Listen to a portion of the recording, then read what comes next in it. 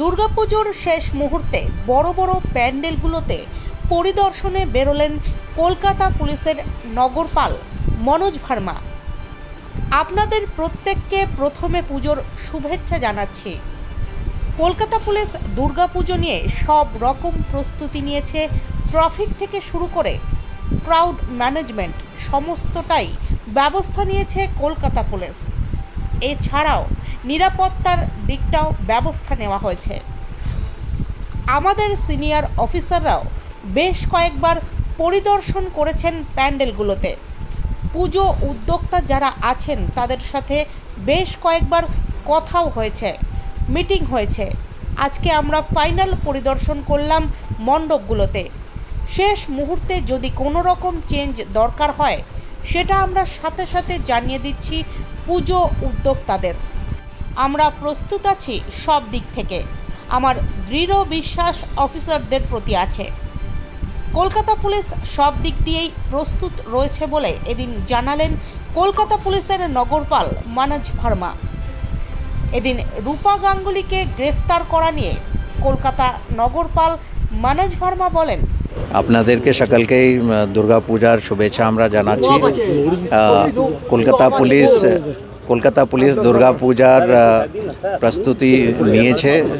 সব রকমই অ্যারেঞ্জমেন্ট হয়েছে। ট্রাফিক থেকে শুরু করে বিভিন্ন জায়গায় ক্রাউড সার্কুলেশন, ক্রাউড ম্যানেজমেন্ট, ট্রাফিকের অ্যারেঞ্জমেন্ট, এছাড়া নিরাপত্তার যত যা যা করণীয় আছে সেই সব স্টেপস অলরেডি নেওয়া হয়ে গেছে।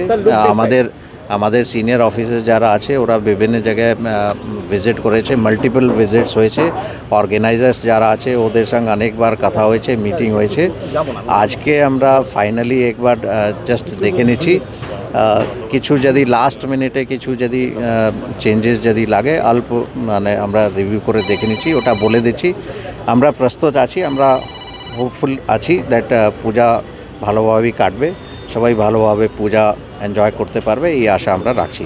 আপনাদেরকে সকলকেই দুর্গা পূজার শুভেচ্ছা।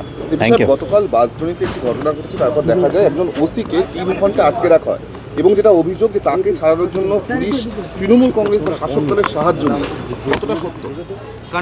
পুলিশ 3 ঘন্টা আটকে এই ইনসিডেন্ট নিয়ে গতকাল ডিসি এসএসডি অলরেডি আপনাদেরকে জানিয়েছেন। সমস্ত বিষয়ে পুলিশ অলরেডি ডিটেলসে দেখছে অ্যান্ড যা যা করণীয় আছে করা হবে। উনি গতকাল এসেছিলেন, উনি বললেন পুলিশ যাদেরকে ডিটেন করেছে, গতকাল পুলিশ যেখানে ম্যানহ্যান্ডেল হয়েছিল ওখানে 5 জনকে অ্যারেস্ট করা হয়েছিল স্পট থেকে। ওনার দাবি ছিল দ্যাট যারা পুলিশকে হ্যাকেল করেছে, ম্যানহ্যান্ডেল করেছে ওদেরকে ছেড়ে দিতে হবে।